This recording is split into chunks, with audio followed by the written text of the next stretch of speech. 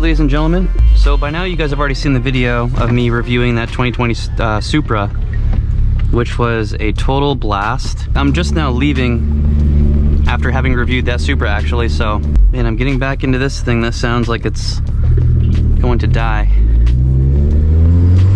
But I wanted to film this drive out of the San Francisco area. Well, actually, we're just north of San Francisco. We're in a city called Mill Valley, or a valley called Mill Valley, I guess. And of course, we got these bikers in the road, which is always a treat. Took me forever to pass that asshole of a biker. I can't stand the driving over here, and I can't stand all the entitled people in the middle of the road, but I do love the scenery. It feels really chill. And then you have my car ripping through the neighborhood.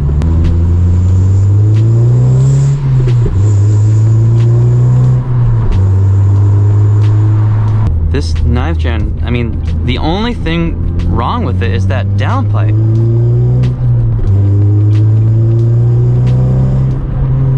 It's pretty quick though. For an NA car like this, it's actually feels really quick. It gets up and it goes.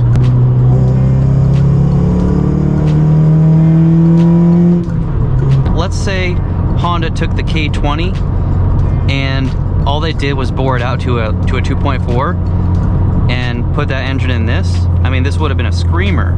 I think Honda kind of dropped the ball with that. I don't know why they were so reserved with the 9th gen. What happened? Did they have a shakeup at the company, you know, in corporate, and they had to cut costs, or like what was it? Because they had such a strong opportunity to make the 9th gen great, make the SI great again. I'm just kidding. The 10th gen's a good car. I had a great time having my 10th gen. I'm trying not to drive it right now so the miles don't go up anymore. I'm approaching 21,000 miles, which is just, it's a lot. Yeah, guys, I think I can't find anyone to race me. That's a huge problem I'm having right now. Is I've been trying to find someone with a stock WRX to race me, because that's the only way I'll be able to put up a fight against the WRX, is if it's stock. And I have a neighbor at my apartment complex who recently got his motor rebuilt. He has a 2018. I texted him like a week ago and he said contact me next week, so I'll try him again. I think this will get sold pretty quickly as well, you know, after I get the Type R. And then I will be on the hunt for my next project. And I promise I'll do a much better job finding a project next time. All right, let's go.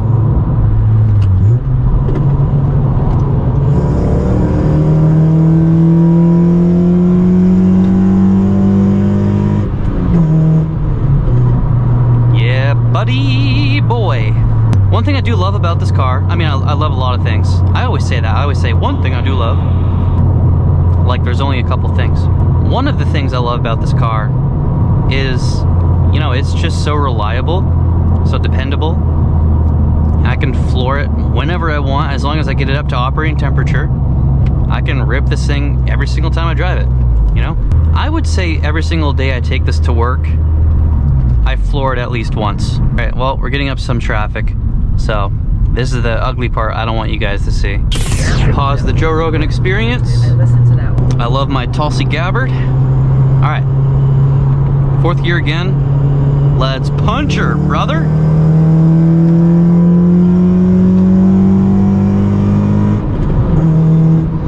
Oh, by the way, traffic, it was because a Camaro smashed into the median. Thanks, Camaro. And you know what? It was a V6 Camaro. Yeah, brother.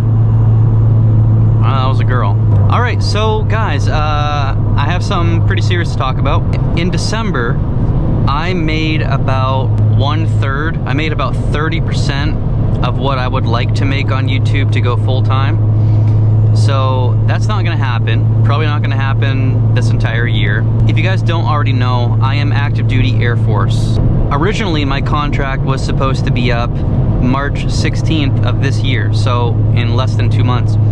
But I extended for 12 months. Now, I will be active duty until March 16, 2022. after that, so Vivian and I are thinking about where we can go, okay? Because I don't want to stay here in California right now. We don't make enough money to live in this overpriced state. It's beautiful, it's chill, it's cool, it's got everything you need, beaches, mountains, whatever, everything. But it's too expensive. Everything about it. The cars, the gas, the food, the housing. The housing is the worst one. The state income tax. I mean, so basically, I am interested in moving to Texas. I contacted the Air National Guard station in Houston. They have a pretty big base there. Yeah, I got a bunch of information. I'm not going to bore you guys with the details, but Houston, Texas is an option for us. So first of all, they have a ton of homes available. A ton. I mean, thousands and thousands. I found a bunch that are well within our reach. I mean, we could spend $250,000 over there and get a big house, like 2,500 square feet, 2 or 3 car garage, a nice big yard, everything. I watch a YouTuber named Evan Shanks, and I think he lives in the Austin area, and it's gorgeous there. I mean, well, maybe not gorgeous, but in 2017, when I was in Texas for technical training, when I had just joined the Air Force, I really enjoyed it in Texas. My friend Brandon and I and some other friends, we went to Austin a couple times. I love Austin. Went to Dallas. Dallas is cool. And I've never been to Houston, so in order to fully convince Vivian to move there, Vivian and I are going to take a trip there this summer.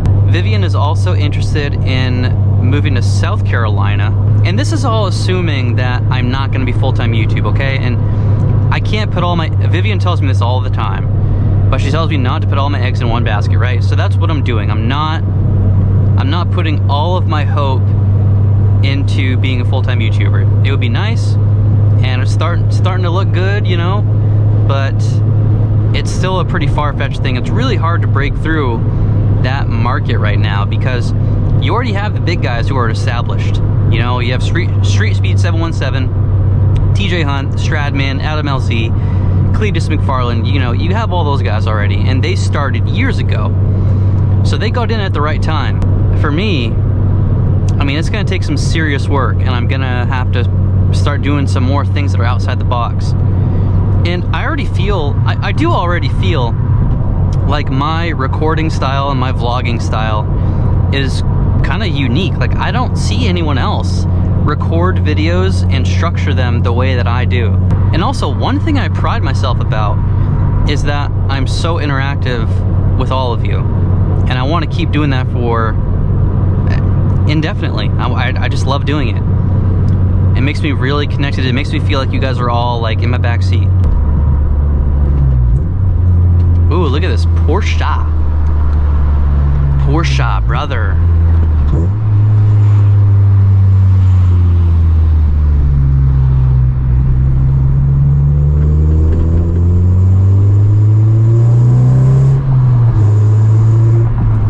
That wasn't a stop sign, was it? I'll tell you what though.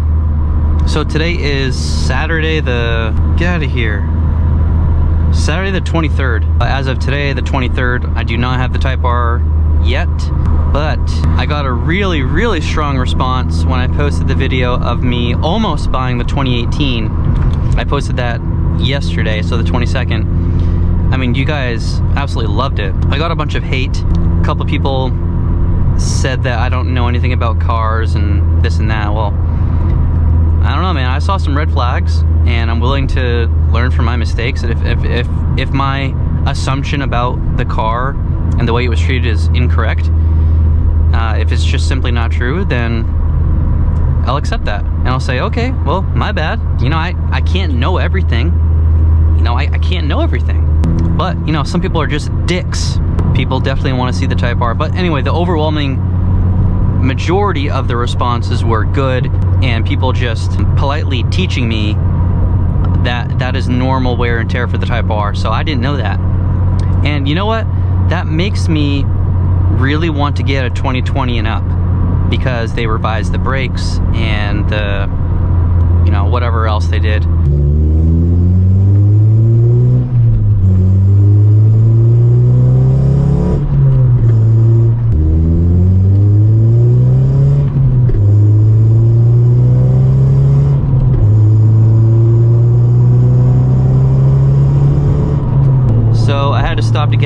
and getting onto the freeway, I blew by this Cobra right here, and then he blew by me and waved me on, said he wanted to go. And now he's ignoring me.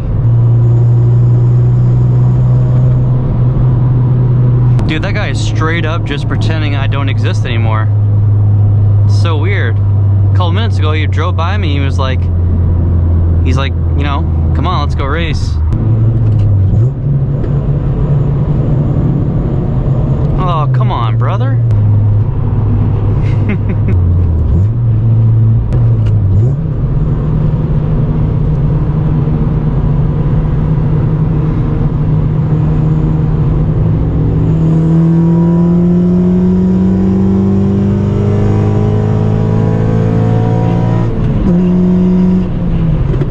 I don't think he was ready. There's no way I just pulled on a Cobra Mustang. He was probably like in 5th gear. I think he wants to go again.